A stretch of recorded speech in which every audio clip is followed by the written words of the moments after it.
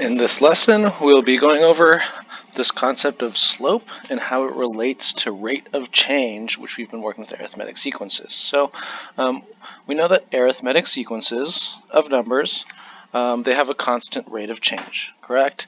And arithmetic sequences, we can also represent this information on a graph. And the rate of change, when it's on a graph, we don't really call it the rate of change anymore. We're going to call it the slope.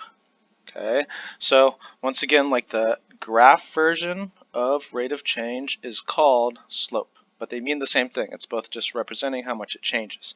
And so we know that we can use subtraction to find the rate of change for sequences, right? We just did a number, subtracted the one before it, and then that gave us the rate of change. And so if we have the points on a graph, then we're going to use rise over run to calculate the slope. And this is just counting, and so we'll go over what the rise and run mean, but instead of using subtraction on a graph, we're going to use rise over run. So let's say that we're recording our energy levels, okay? And so let's say on day one, okay, our energy level was a 2.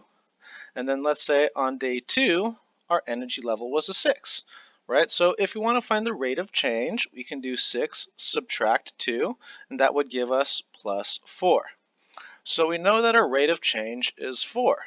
And so when we graph these points on this graph, we should be able to use rise over run to calculate 4 as well. And so how do we graph these points? Well, on the first day of the week, our energy level was a 2. On the second day of the week, our energy level was a 6. And so the first number is always your x value, second number is always the y value. So let's plot these points first. So 1, 2, so we have to find 1 on the x-axis. This is the x-axis. Here's the number 1. And then we have to find 2 on the y. 2 on the y is right here. Where would they meet? They would meet at this point. So there's 1, 2. There's that first point, and then 2, 6. Let's find 2 on the x, and then 6 on the y. Those would meet right here. So we're going to use this rise over run thingy between these 2 points, and we should get 4. Okay, and so what the rise over run means is we start at 1 point and then we count how many spaces it rises. It goes up to get to the other point. So we would go 1, 2, 3, 4. So it went up 4. So that rise is 4. Divide, and then how much did it go over? It goes over 1. So 4 divide 1 gives us a slope of 4. So our slope is 4, and that matches the rate of change we got here. Perfect. So once again, let's say we're recording our energy levels, and let's say on the first day of the week it was a 1, second day of the week our energy level was a 3, and the third day of the week our energy level was a 5. And so we know that the rate of change is going to be 2, correct? Plus 2, plus 2.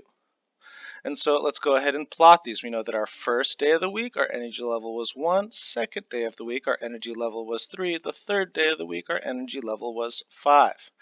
So let's go ahead and plot these. Remember, it's always xy, xy, xy. And so we plot 1, 1. We plot 2, 3. Then we plot 3, 5. And so when we do our slope using rise over run, we should get the same rate of change of 2.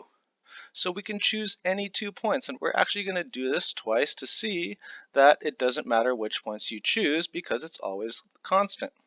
So let's choose this one to this next point. So we go up, rises 2, and then it runs over 1. So 2 divide 1 is 2. But let's say, instead of picking those 2 points, let's say you wanted to go from this point to the farther point. We go up 4, so that rises positive 4, and then it runs over 2. 4 divide 2, put that in the calculator, and we still get the same rate of change slash slope of 2. And so once again, our energy level on day 1 is at 10, so we start off the week great, but then on the second, third, we forgot to record it, and on the fourth day, we had an energy level of 1. So we can actually plot these first and we can get the slope, and that will help us fill in the rest of these numbers. So let's go ahead and plot what we see here. So we have 1, 10, 4. On the fourth day we were a 1. So let's calculate the slope. So we're going to start at the bottom point, and since we're going up, that's still going to be positive, and that's going to be up 9.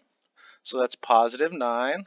And then note how this goes to the left now, right? To the left or toward the negative numbers. Toward the negative numbers means that the run is a negative 3. So make sure when you go left or when you go down, it's a negative. So this is 9 over negative 3.